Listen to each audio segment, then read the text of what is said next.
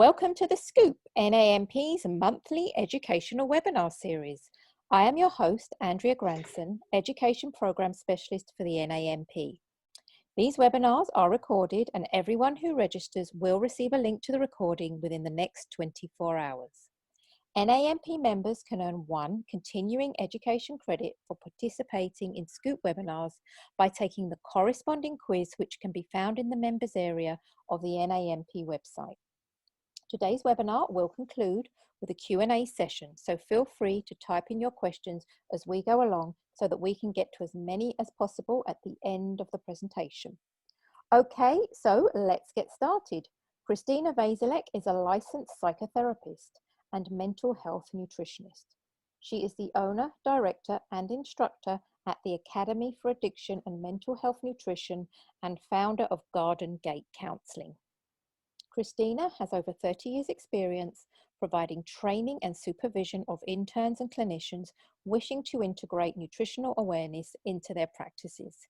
In addition, Christina teaches 2 NANP approved online certification courses in biochemical and nutritional approaches to mental health and addiction recovery.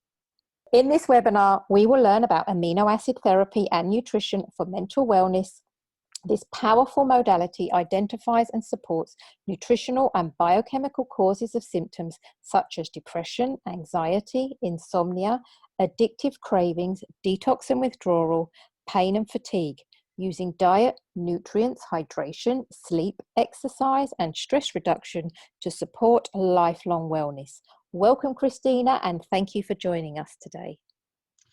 Thank you so much, Andrea. I am delighted to be with you all. As you know, in 1 hour, we can barely do justice to this huge topic of amino acid therapy to support neurotransmitter function and restoration. And so we're just going to be touching the tip of the iceberg today. And I invite anyone out there who wants to become proficient in the use of amino acid therapy in this very powerful modality to go ahead and sign up for our core training, which is offered twice a year in the fall and in the winter. And we are offering everybody a $200, everybody who listens to this webinar, a $200 discount. And for those of you who put aside the time and energy to attend live today, you will get an extra $100 discount if you call my assistant within the next 24 hours, and you will be provided with her phone number. So let's jump in. Introduction to neurotransmitter restoration using amino acid therapy. As you all know, the brain is our master control panel. Everything is mediated through our brain. Our mood, our feelings, our perceptions, our cognitions, our behaviors, our ability to utilize, access and utilize our skills and willpower, as well as energy, sleep, and the ability to relax. So when our brain is in balance, we are more likely to be in balance. When our brain is out of balance, things can go awry very, very quickly. So neurotransmitters are our mood mediators. They are the chemicals that actually mediate all of our feelings, behaviors, and the ability to respond to stress.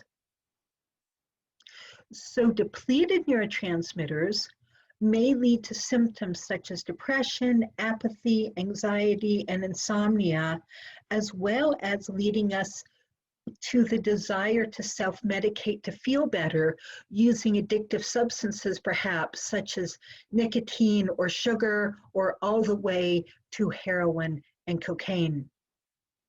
It is actually our brain's job to allow us to cope with stress gracefully.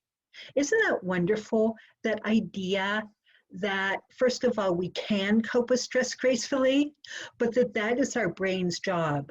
But to do that, It must be fed optimally. It cannot do its job if it's starving. And we have found that a depressed brain, an anxious brain, a craving or addicted brain is actually a starving brain. And all of my courses are designed to teach you how to feed your clients' brains optimally. One size does not fit all.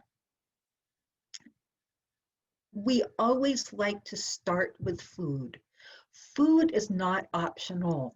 Now, in our well-fed societies, with both real food around us in abundance as well as fake food around us in abundance, we sometimes forget what the purpose of feeding ourselves actually is.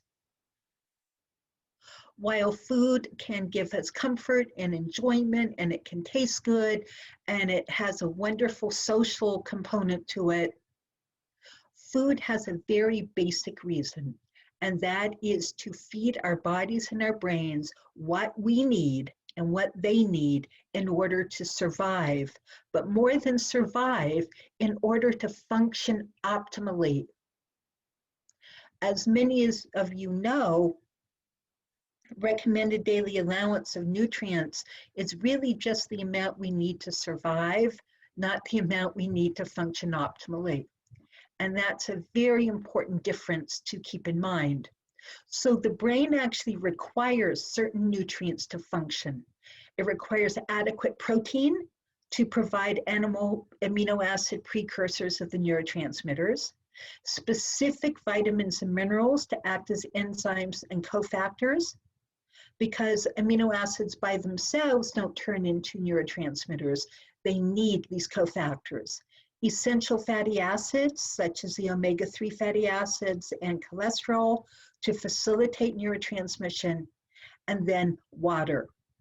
I'm sure all of you have had the experience of being dehydrated and feeling maybe depressed and sluggish and brain foggy and just not able to step up and cope with stress.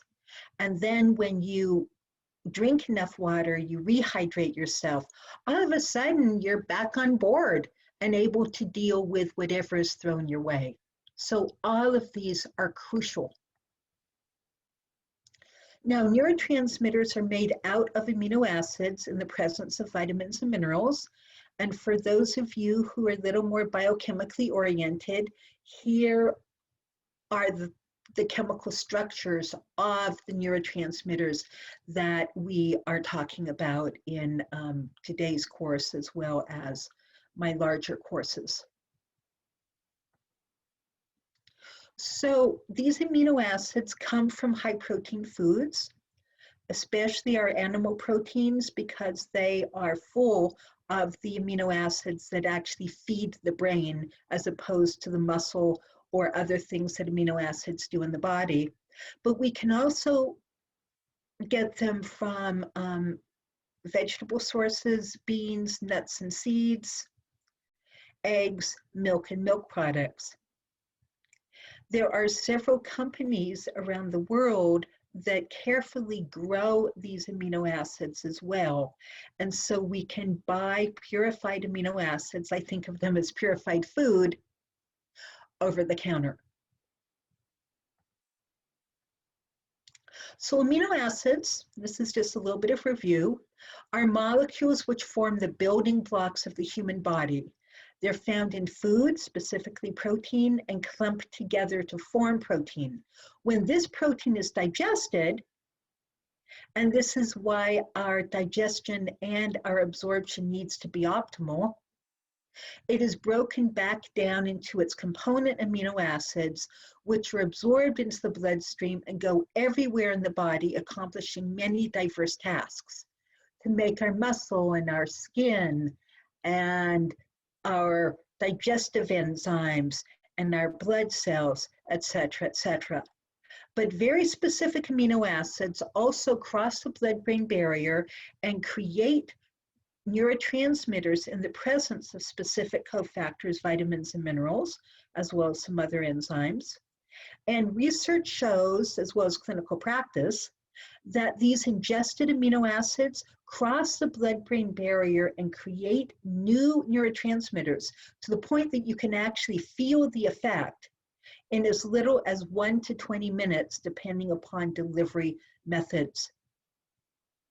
These are the fastest antidepressant and anti-anxiety agents in the world.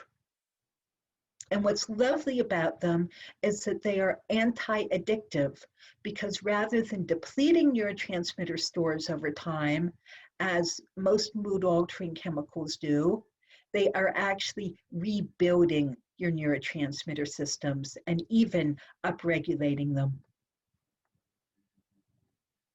So we have 4 mood-regulating neurotransmitter systems that I focus on. Dopamine, or the catecholamines, which gives us energy, drive, enthusiasm, and reward. Its precursor amino acids are L-phenylalanine and L-tyrosine. And the L in front of phenylalanine is there on purpose, because in just a moment I will be talking about its mirror image, D-phenylalanine, which does very different things.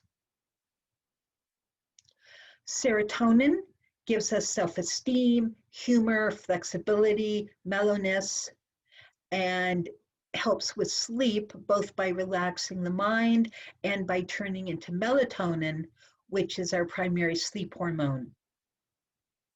Its primary precursor is L-tryptophan from food.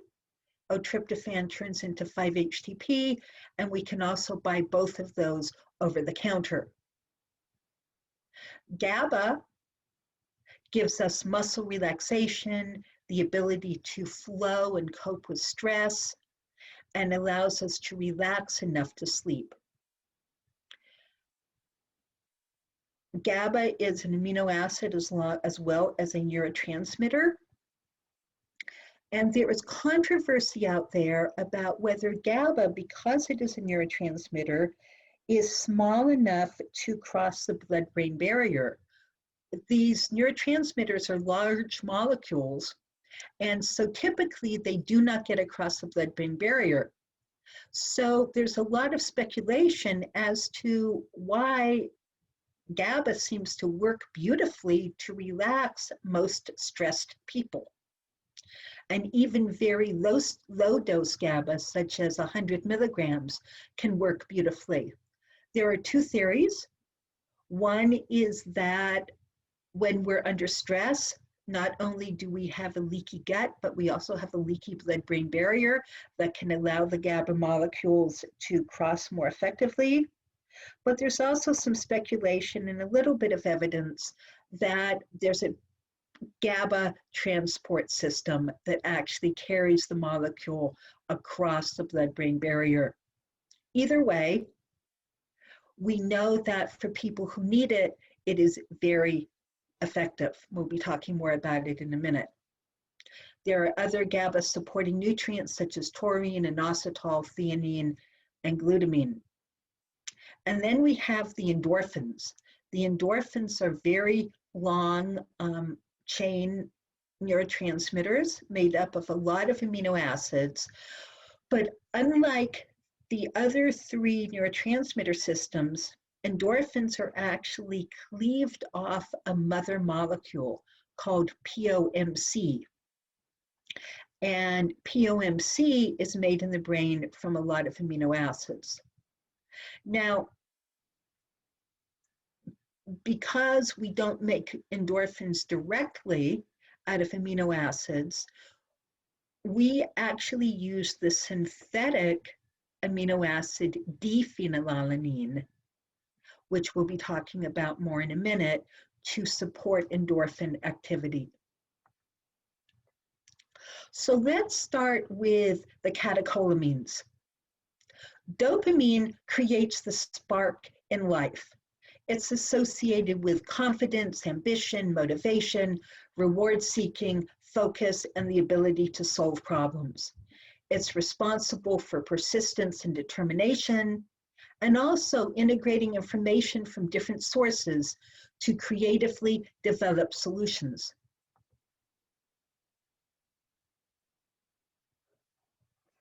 So what do optimal catecholamine levels look like? Well, don't you wish you were those kids jumping in a warm summer field again? I certainly do. So the catecholamines give us alertness, motivation, focus, persistence, enjoyment, and energy. As I said, the spark in life, feeling alive. Low catecholamine levels give us just the opposite. Apathy, depression, lack of energy, boredom, lack of focus, maybe we're very easily distracted, and we have cravings for stimulation from substances or thrills like extreme sports or jumping out of airplanes, which you would never ever find me doing. When my students come to me and say they have a depressed client, or I have a client who comes and says they're depressed, I want to find out more about the depression because it's a catch-all phrase. And there's a very definite distinction between low catecholamine depression, which is apathetic and sluggish and people don't care and they don't want to get out of bed, and low serotonin depression, where people may have a lot of negative thinking and have a lot of shame and tearfulness and maybe even be suicidal, but it's a more anxious, agitated, obsessive type of depression. So it's very important to distinguish between at least these two types of depression, if not others as well. So the medications or the substances that people are drawn to when their catecholamines are low are in the stimulant category. So this includes caffeine, coffee, tea, caffeinated sodas, energy drinks, Mountain Dew. Okay, I think Mountain Dew is a mood-altering substance all in its own category. Chocolate, then of course your stimulant medications that are used for attention deficit disorder, such as Ritalin, Adderall, and Concerta. Wellbutrin as a selective norepinephrine reuptake inhibitor, cocaine, crack cocaine, meth, but even marijuana and the opiates will fire dopamine and norepinephrine, and some people turn to them for energy and not just to zone out. It's also very important to understand that all addictive behaviors, whether they be gambling, pornography, cocaine, marijuana, etc., end up activating the reward pathway by firing dopamine. So it's not, they fire whatever neurotransmitter system they act on. For instance, heroin will act on the endorphin system, but ultimately they all also fire dopamine, and that's part of the power that addictive substances have on our behavior. Reward deficiency syndrome is considered one of the main theories behind the genetics of substance use disorders as well as process addictions. It was discovered by Dr. Kenneth Blum several decades ago and can now be tested through the genetic test he created, GARS, genetic addiction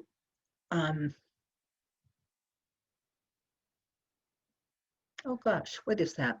Anyway, it's a genetic assessment tool for determining whether people are susceptible to developing both addictive and other behavioral disorders down the road, and also explaining why people have the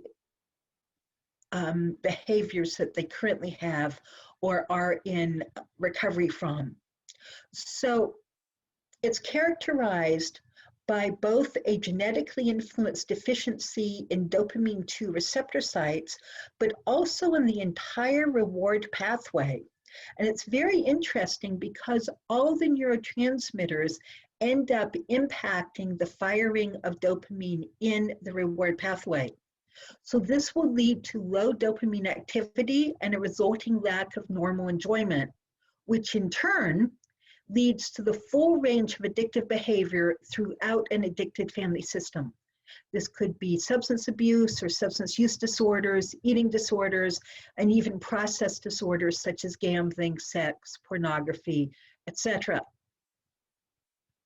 It has been shown to be able to be modified through amino acid therapy over a period of about 10 months, sometimes longer, but can start immediately because, as I already said, amino acids can turn into neurotransmitters and start rebuilding them or offsetting some of these blocked pathways within 1 to 20 minutes.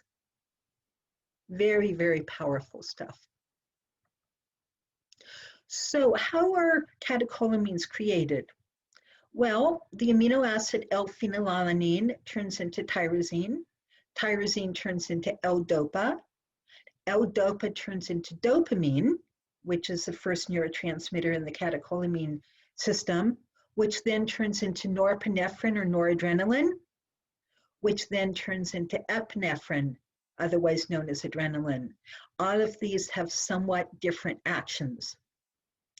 Now, for all of these conversions, particular vitamin and mineral cofactors are required, along with sufficient tetrahydrobiopterin, BH4, and SAMe. Now, we know that SAMe is one of our major methyl donors, and so methylation is required in many steps in this conversion pathway, and so is the tetrahydrobiopterin. Now, BH4 is actually stolen by inflammation in the body. So if people have high ammonia, people have high oxidative stress, high of the various forms of free radicals, hydroxy radicals, BH4 will be taken over, depleting it so that there is less BH4 then at the top of the pathway which converts these amino acids into neurotransmitters. And I think this is one of the reasons why inflammation has been shown to be a big cause of depression. Because if we're in a constant state of inflammation, our BH4 is constantly depleted and being used up, and therefore there's not enough left over to facilitate the conversion of aminos to neurotransmitters, even if we're taking amino acids orally. So sometimes people ask me why amino acids stop working over time. You know, they work great initially, if they work great initially, sometimes they don't. But if they work great initially and then stop working, generally it's because the cofactors have gotten depleted and are not being consistently supplied either by the diet or through supplements. So if your clients or you do not respond robustly to amino acid therapy, there's a couple of reasons for this. The first reason is not enough cofactors. It could be not enough vitamins and minerals, depleted BH4, issues in methylation, so we don't have enough methyl groups running around. Or we can very quickly use them up and therefore the aminos will stop working. Pyroluria is a cofactor disorder which will very much get in the way of amino acid therapy working. There are some other illnesses, and in fact, we look at all of these things in our advanced class. We have found that amino acid therapy actually works about 80% of the time in clinical practice. The 20% of the time it doesn't work is when there is some other underlying issue getting in the way that needs to be identified and addressed.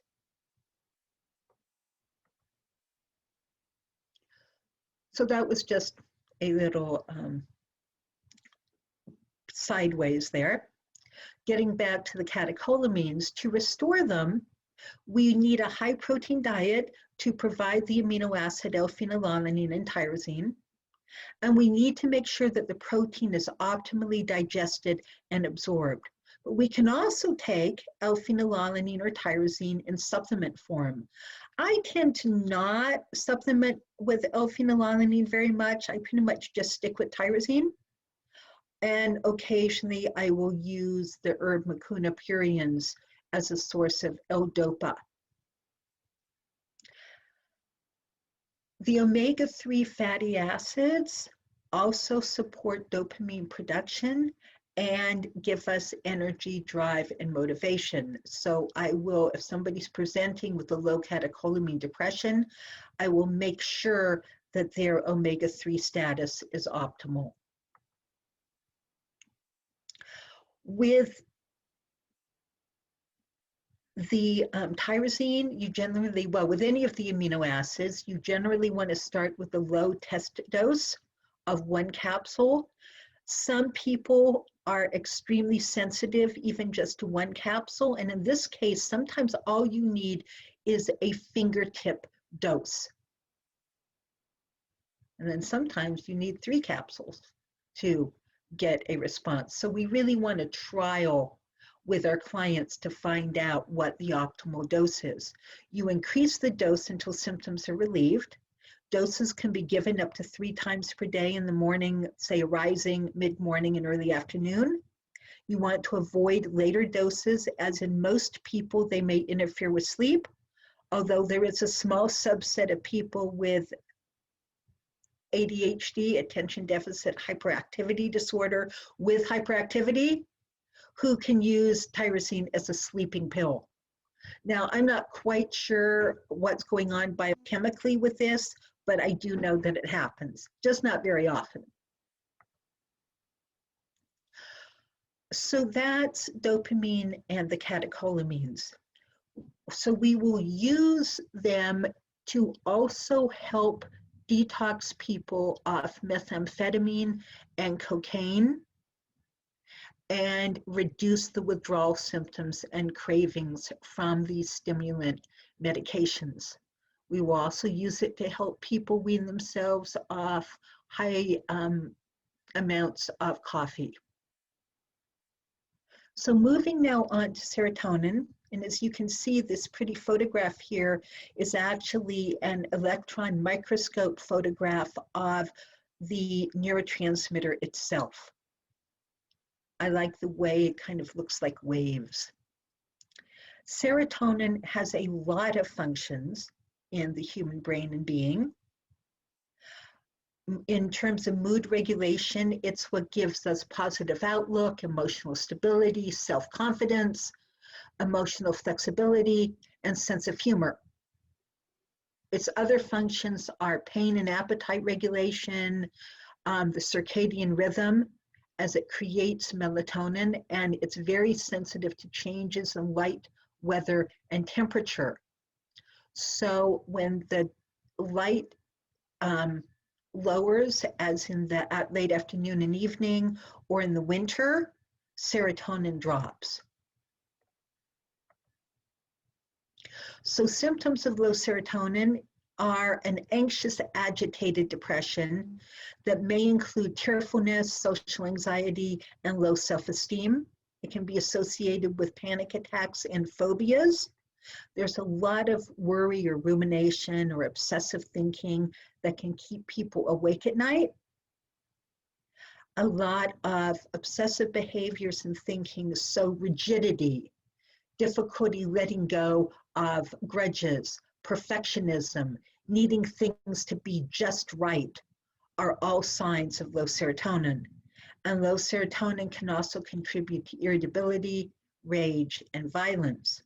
Now, it drops, serotonin drops at the end of a woman's monthly cycle, and so leading to PMS. And you see a lot of these symptoms are the same as premenstrual symptoms for precisely that reason. Other symptoms of low serotonin can be acute pain awareness.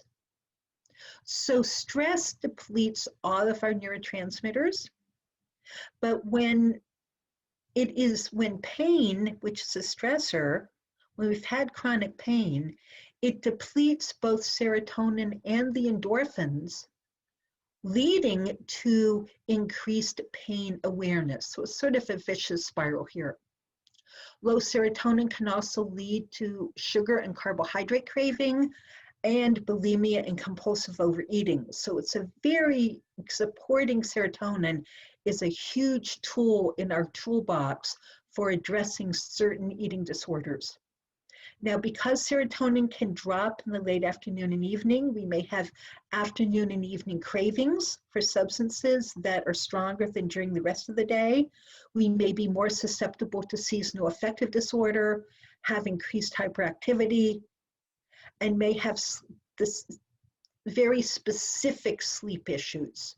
So insomnia can be due to a number of different biochemical factors, but the insomnia that is due to low serotonin is characterized by an active, worried, anxious mind that can either keep us from going to sleep or wake us up at 2 or 3 o'clock in the morning, wondering if I did something wrong the day before, or if my kids are okay, or if I'm going to get all my work done tomorrow, or.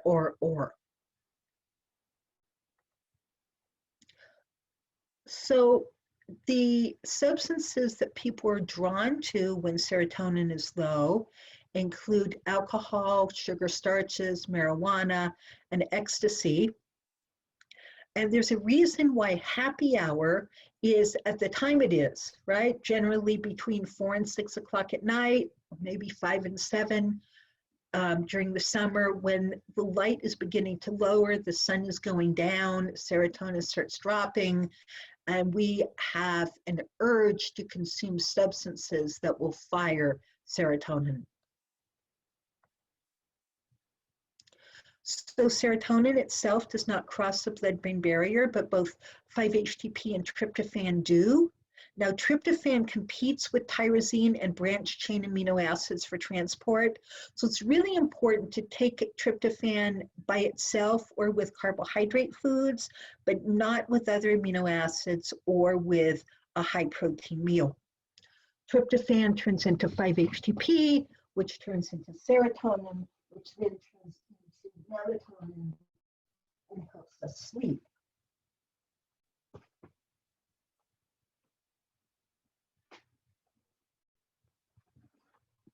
Hi, Christine. Are you still there? Oh. I'm still here. Sorry about that. The sound faded. Okay, great. So when we dose 5-HTP, we always want to start with a low trial dose. Bedtime is okay for most people, although in some people it may raise cortisol. And so in that case, tryptophan is better at bedtime because tryptophan is more sedating than 5-HTP. What's so wonderful about any of these amino acids is that you can dose them anytime symptoms appear. That you don't have to just keep on a regular schedule or protocol the way you do with medication. And so I will often recommend to my highly socially anxious clients to take a GABA formula along with 5-HTP before a date or before any socially anxious type thing like giving a presentation at work or a job interview or even a party. Typically the dose is 50 to 100 milligrams. You can go higher if needed. 100 milligrams to 300 milligrams before bed is an average dose for insomnia. I tend to dose throughout the day, so my evening dose will be the same as my daytime dose, but you don't have to do that. We found that people will frequently not do well if vitamin B6 is included in the 5-HTP capsule, because it can speed up conversion to serotonin in the gut. We want it converted in the brain, not the gut. And if that happens in the gut, it can cause nausea. So make sure that there's nothing else in the capsule but 5-HTP itself. And if the nausea persists, use the sublingual form.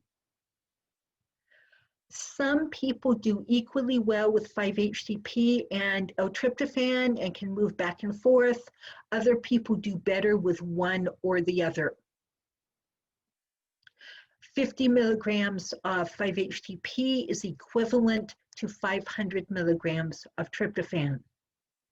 And so 1,000 to 3,000 milligrams per day of tryptophan is typical for depression or insomnia. You can go a little higher. I tend to be a moderate doser, not a high doser.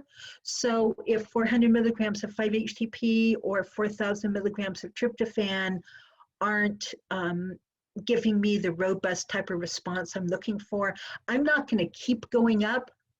I'm going to look at what else may be going on, like inflammation or gut inflammation, and try to support the system in another way. Some basic precautions. You want to be careful about combining these precursors with MAO inhibitors, SSRIs or St. John's wort, and certain migraine medications, because you might have a possible risk of serotonin syndrome. It passes into breast milk. The effect on infants is unknown. You want to avoid use of amino acids whenever there's a very severe illness, unless you really, really know what you're doing, or for instance, you're working with a naturopathic oncologist. One of the things I meant to mention with tyrosine is we do not give tyrosine to anybody who has an active melanoma, because tyrosine will apparently feed melanomas. So that's one thing we know for certain. Here are some of the symptoms of serotonin syndrome. I have seen this very, very rarely in my work, but I have seen it occasionally when I've added a precursor, very low dose precursor, to somebody who's been on an SSRI for a long time. Typically that is safe to do. Occasionally, people are already in serotonin syndrome, which has not been identified, and respond badly to the low dose 5-HTP, which is very good information for the prescribing psychiatrist, because it means that they need to lower the SSRI dose immediately. I have never seen any serious issues occur. So moving on now to the endorphins. They are neurotransmitters that create the feelings of contentment and enjoyment. They relieve pain and create numbness. They're active when enjoying a good meal or good company, recalling a happy memory, thinking about someone or something loved, receiving a hug, enjoyable sexual activity, bonding with your baby, but also being in the shock or numb phase of grief and injury. So sometimes in talking with people who really enjoy coffee, but think that they are indulging too much, I'll ask them, well, what do you like about your coffee? And if they say, well, you know, coffee gives me energy and it helps me get through the day, and I'm not sure what I would do, I'd probably go back to bed if I didn't have my coffee, that's a sign that the coffee is simply firing your dopamine and norepinephrine and giving you energy. If, however, they say, you know, I just love my morning cup of coffee. Oh, it smells so good and it's so warm and the beans are so shiny before I grind them. Okay? That sort of language indicates that the endorphins are being fired as well as the catecholamines. So conversely, low endorphins are indicated by a lack of pleasure, flatness, seeking comfort from opiates, food, alcohol, sexual behaviors, but also self-harmful behavior, such as cutting, binging, purging, and danger also fires endorphins. People are very sensitive to pain and have a history of chronic emotional or physical pain. Again, there's tearfulness, but there's also loneliness and grief, and it's possibly implicated in borderline personality disorder, which is created by a lack of bonding in early childhood.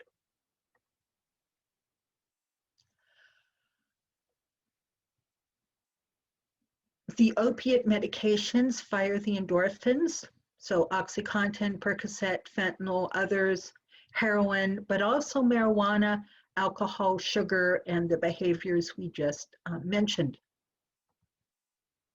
So what do we do to support people's brains if they're exhibiting a signs of low endorphins, or if they are addicted to opioid medications? Well, D-phenylalanine is a synthetic amino acid, not found in nature. It was originally created to reduce the amount of morphine needed by post-operative patients. It can only be bought online. You cannot buy it over the counter because the FDA doesn't quite know what to do with it. However, when you mix it with its cousin LPA, L-phenylalanine, that turns into a product called DLPA, and that is available over the counter. So D-phenylalanine actually slows the action of the enzymes that degrade the endorphins, particularly this endorphinase and a caffeinolase, so the enzymes that break down the endorphins in the synapse. So this allows your endorphins to stay in the synapse longer, creating a better effect. The side effects reported are very, very low. It appears to be very safe. You can start dosing low. You can also dose much higher. So 500 milligrams of DPA 3 times a day usually helps both emotional and physical pain as well as endorphin firing activity. And much higher doses are used to help wean people off opioid medications when they have an opiate use disorder. How do we restore endorphins? Well, it requires a high protein diet over time as they are cleaved off this very long protein containing molecule called POMC. I'm not even going to try to pronounce that little word there. Now, there are a couple of amino acid formulas that are designed to support neurotransmitter function rather than bodybuilding. These include Total Amino Solution by Janessa and Polygen by Dr. Blum. Now moving on to GABA. GABA is our calmer. It's the brain's primary inhibitory agent. The ability to slow down and relax and cope with busyness requires adequate GABA activity. It opposes glutamate. It moderates other neurotransmitter signals. It's sort of like the brake on the system. If glutamate is the gas, GABA is the brake. It's also our brain's primary natural anticonvulsant. So it allows us to be resilient, to relax, to slide into restful sleep because our bodies can let go. But it also allows us to be organized, calm, stable, and committed, and it helps us filter out distracting stimuli. It's sort of part of the filter in our brain. So signs of low GABA are people with seizure disorders, highly sensitive personality or highly distractible personalities, people who are stressed, anxious and overwhelmed, fatigued, tired and wired, tight muscles and restless sleep, maybe digestive problems such as irritable bowel syndrome, and a chronic use of alcohol, marijuana, benzodiazepine medications, sugar and starches, etc., for relaxation. So substances which fire GABA, therefore, are your alcohol, your THC, your sugar and starch, tobacco, as well as your benzodiazepine medications such as Ativan, Xanax, and Valium. As I mentioned before, there's controversy over the fact that GABA, even though it shouldn't work, does work. The dose of GABA that will be effective could be as low as 100 milligrams, sometimes even lower. The highest dose used is typically 500 milligrams. Now, there are practitioners out there who recommend using a trial dose of 3,000 milligrams of GABA to see if you have a leaky blood-brain barrier. I do not recommend that because there are many people who are very sensitive to higher doses of GABA. It possibly converts back to glutamate and may produce agitation, anxiety, and panic. I've had several clients just take a 750 milligram dose of GABA and have a panic attack and hate me forever, even though I've told them not to do that. So I start low. I never ever start with a dose higher than 500 milligrams, although I might end up with a dose higher if people show that they can both tolerate it and need it. But I personally will never use GABA to determine if somebody has a leaky blood-brain barrier. You can give it up to 6 times a day. You want to include plenty of zinc and B6 because zinc and B6 helps support the enzyme that converts glutamate into GABA, and it seems to protect the person against a GABA overdose that can produce agitation or anxiety.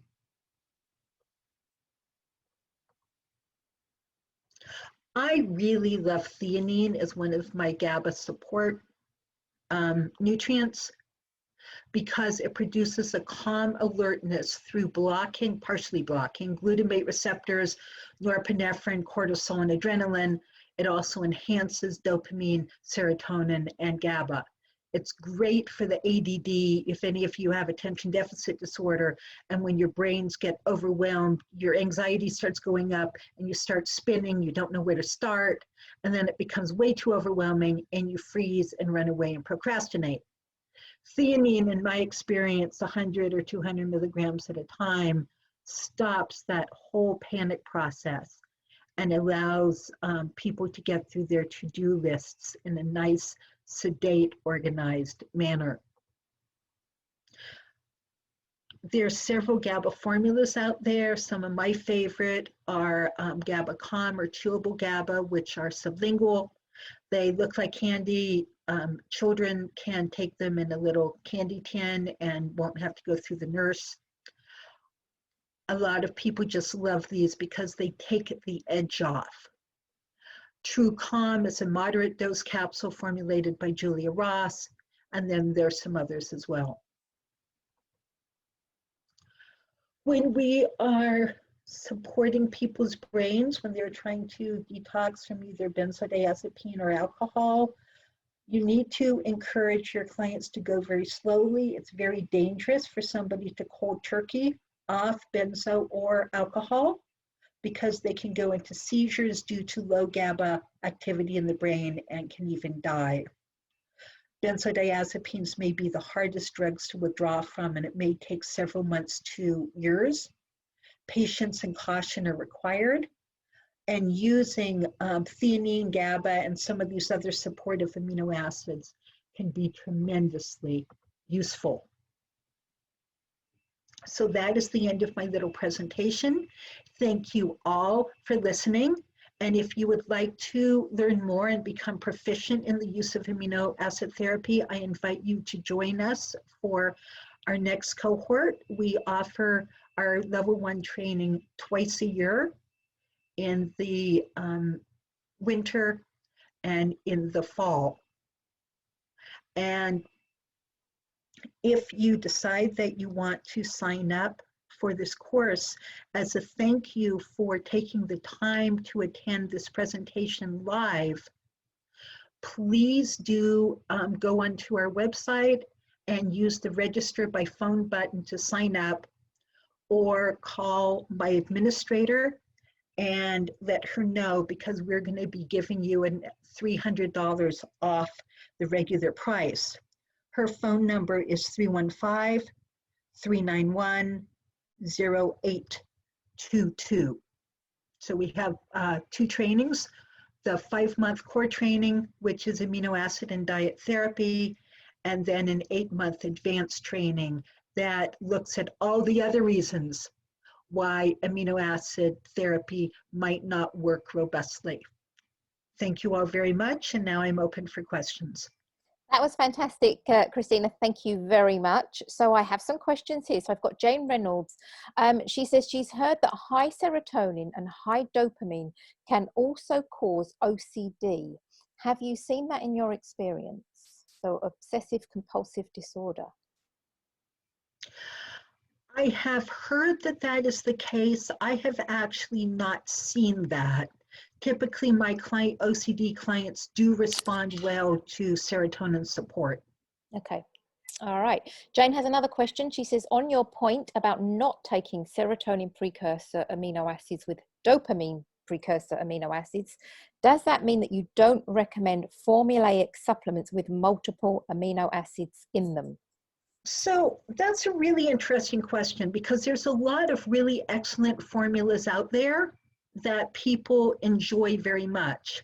I really prefer using targeted amino acids because I want my clients to have a very clear understanding of what effect they're getting from each amino acid so that they can dose higher or lower as needed.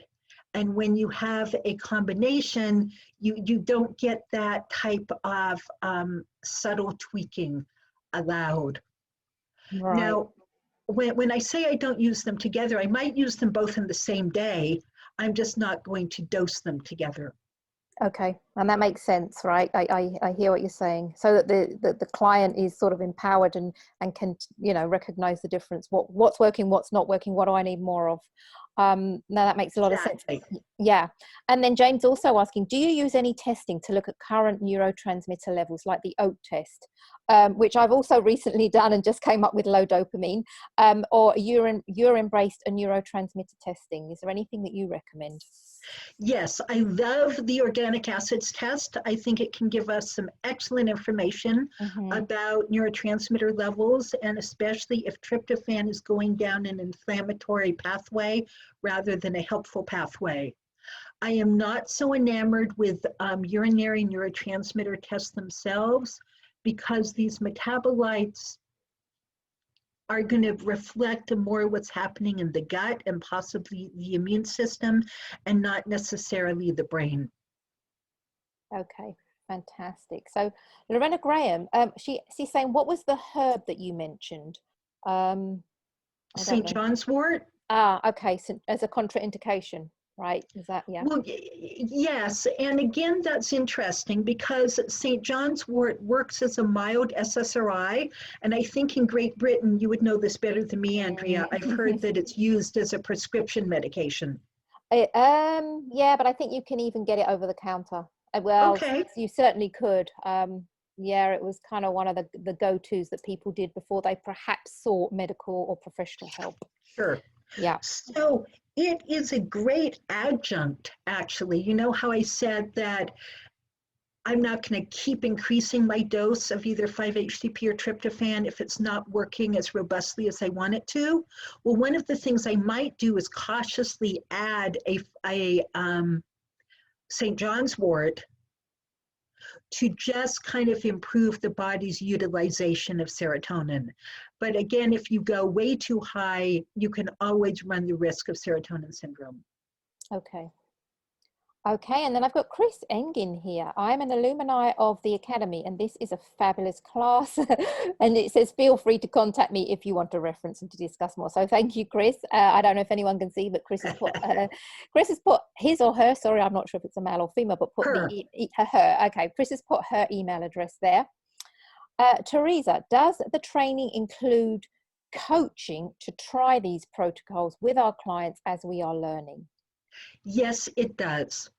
So we meet twice a month. The first meeting for 2 hours is a lecture. And then the second meeting is our coaching component. We go over the learning objectives, so I make sure you understand all the key concepts. And then we work with cases. You can use yourself, you can use family members, you can use clients. and we work cases together so that you become very comfortable and very competent. And then after you've finished the class, if you want to go on to certification, our 4-month internship group is purely presenting cases to each other, and we will staff them together, and it's an amazing learning experience. Okay, that's great. And then could nicotine be a stimulant that may potentially be craved with low dopamine levels? Yes, nicotine's very interesting because, like sugar and alcohol, it has the ability to fire any of the neurotransmitter systems that are depleted. So people, for instance, will have a cigarette in the morning to wake up and one before bed to calm down and go to sleep. So that wake up cigarette is being used to fire dopamine and norepinephrine, and the bedtime one is being used to fire, let's say, GABA and serotonin.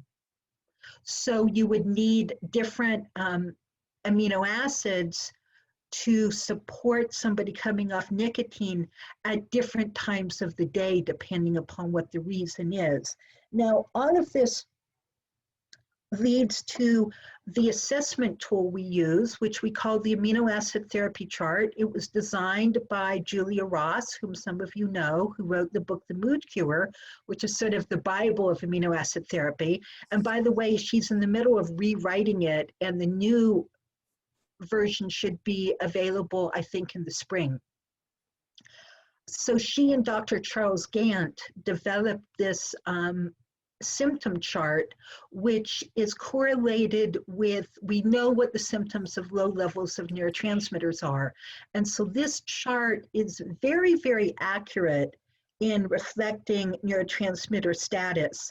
And in my clinical practice, we have found that it works about 80% of the time. And the 20% of the time, if we dose according to it and we don't get a robust response, that tells us that something else is going on underneath that needs to be addressed first. Okay, great. And thank you for reminding us about Julia Ross. For any NANP members listening to this, we also have a webinar that Julia Ross did a couple of years ago. So you are welcome to go and check that out. It will be in the archives. And also, Christina, can I share the slides? So tomorrow when I send out the link to the recording, someone's asking if it's also okay to share your slides. Absolutely. Okay, fantastic. Okay, I'm going to just go to, so we had questions in the Q&A and questions in the, okay, can DLPA be substituted for DPA? Yes, but not at bedtime, because Okay. the L-phenylalanine might be too activating, but it's great during the day because people with pain and loneliness often need dopamine support. Okay. Terry, you've just mentioned the notes are not visible. So I will send anything that needs to go out again with the link to the recording, because I've just realized. So some of you have been typing in the chat, some of you have been typing in the Q&A. So I realize you may not be able to see both. Let's just see. I don't know if there's any more that I need to. I think we've got through to most of the questions. I'm going to end it here. I want to thank you so much, Christine. I'm also, as I say, if you've got more questions, and of course, we're going to share Christina's contact information. As I say, it will be going out tomorrow, the recording. We will, of course, share the slides. Christina has kindly agreed that everybody is also welcome to have a copy of the slide deck. So thank you. That brings us to the end. Thank you for joining us today. So next presentation will take place on Thursday, November the 12th. Until then, have a great rest of your day, and we will be in touch again shortly with the next upcoming webinar. Bye for now, everybody.